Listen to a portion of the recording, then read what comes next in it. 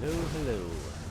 Alright, so this is my damage Warden build, Magden. Gonna get right into it. Starting off, we're gonna go right into the attributes here. Everything into magic. It just helps with the sustain and everything. It's better for damage to put everything in one resource, just to help maximize your damage output. For the Mundus Stone, don't know why I don't have it on there. That's silly. Must have taken that off again. Where is it? There it is. So you want the Thief for crit and crit strike ratings. Every once in a while when they do updates, they'll take it off. But anyhow, so Thief Stone, all attribute points into magic. For skills, we're going to go with Crushing Shock for your spammable. Deep Fissure, which is the Beetles. It's a Scorch Morph, one of the Warden abilities. Resolving Vigor for your self-heal. The Blue Betty Netch. Inner Light, and Eternal Guardian. Now, about the Blue Betty Netch, this is, you have two choices. You can either just run this for the sustainability aspect, because it gives you magic over time. It's a bit of a resource renewer.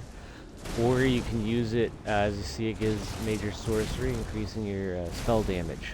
So you can use it for that, and then you have the Inner Light, giving you your major prophecy for your spell critical, so you don't have to use weapon power or spell power, rather potions, because you have both those buffs right there.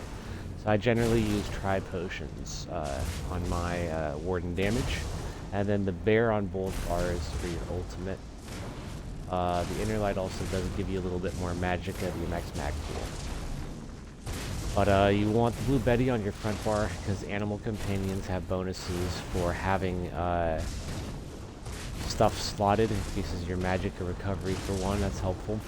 You do have it on the front bar because, I mean, with the bear too, so you have the bear on both. But this one right here gives you % for each animal companion ability slotted. Now, since I have 3, got the bear, the beetles, and the Blue Betty, I'm getting a little bit more. And then on my back bar, I've got my fetcher flies for the miner, but that's not something I use necessarily all the time.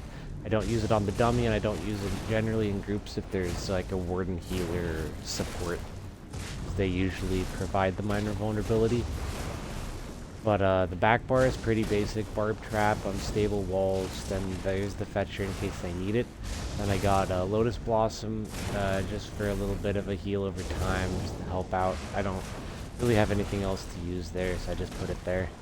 And then Inner Light on both bars just for that extra magic, so I don't lose the buff when I swap bars for that major prophecy for the crit increase.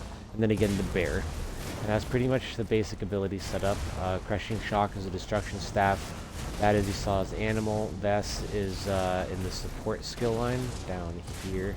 Or assault, sorry, it's the first ability. Pretty easy to get.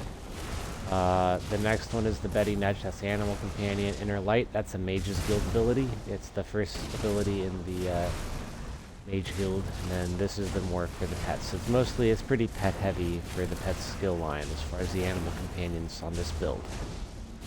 For pots, like I said, I'm using tri-potions. You can use the crown ones or player made. It doesn't really make a whole lot of difference. They both give about the same amount of resources.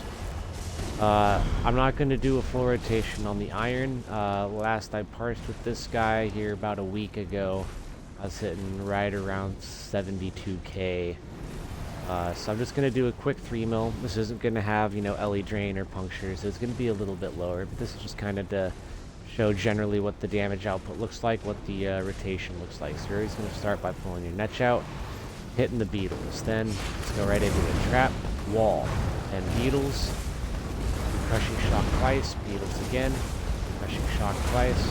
Beetles again, back bars, trap, wall, beetles, Crushing Shock, ultimate, beetles, ability, Beetles, swap bars.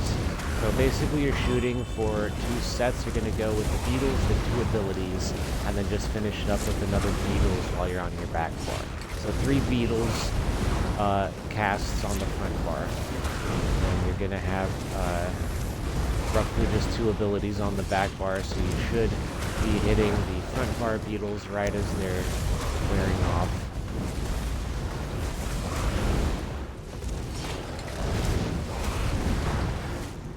And every once in a while I have to put a heavy attack in there.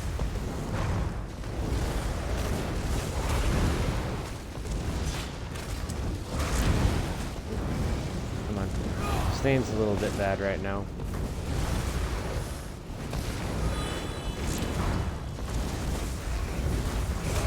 It's a lot easier in actual contact, to be honest. I don't know why. For some reason it is.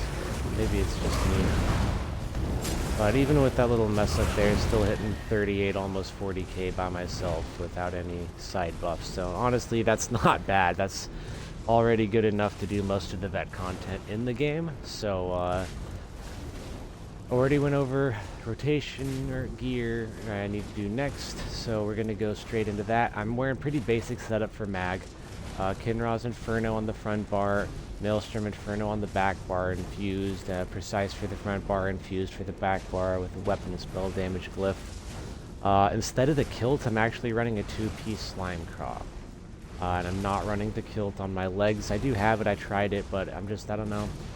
Doesn't seem to work for me on this character very well. I might try taking it off on some of my other characters and going for the 2-piece slime again this patch, but we'll see. Anyway, so you got your 5-piece Kinra on the jewelry, and as you see, it's not all maxed out. I still got blue jewelry, but it's all got good glyphs and stuff, good traits, so you can get away with blue, as you just saw, hitting nearly 40k with blue stuff. Most of the rest of it's, purple though. But Reliquin's going to be your other 5-piece. For the body, for some reason, having Kinra on the body and Reliquin on the weapon jewelry doesn't work as well. Don't know why, but that's the ability setup. All the body pieces, divines, jewelry, all bloodthirsty, and then the staves I already went over. And now we're going to get into CP, and that's the last little bit for this build. So first into champion points, and blue CP tree, of course. You're going to want the basic ones for your max stamina, this one for max magicka, this one for your crit chance. There's a few things that you can just get, and you don't have to slot it. Like this one right here, has, add a champion bar to activate. This one right here doesn't have to. So always try to max these bad boys out that are just passive buffs that you don't have to slot, even if you don't need them. You never, it's always better to have them than not have them. Just any stat you can get is always better. So always try to get those. There's a few in here too. Boom, boom, boom. There's a couple in this little cluster. And then the main points you want is Fighting Finesse, Master at Arms, Deadly Aim, and Biting Aura. And those are, those are right here. And then these guys right over here. So, and depending on, you can tweak your build and stuff. You may want to end up using, say, like Thaumaturge instead of Biting Aura. For the way I do it, for some reason I hit about 1 or 2k higher using the Biting Aura instead of Thaumaturge. At least that's this patch. May change in future patches, but anyway, that is the Warden damage build. It's a pretty basic rotation, pretty basic setup, not terribly hard to get the gear, so hopefully this helps some people with their damage. If you have any questions at all, feel free as always to leave it in the comment section on my YouTube. I'll see you guys next time.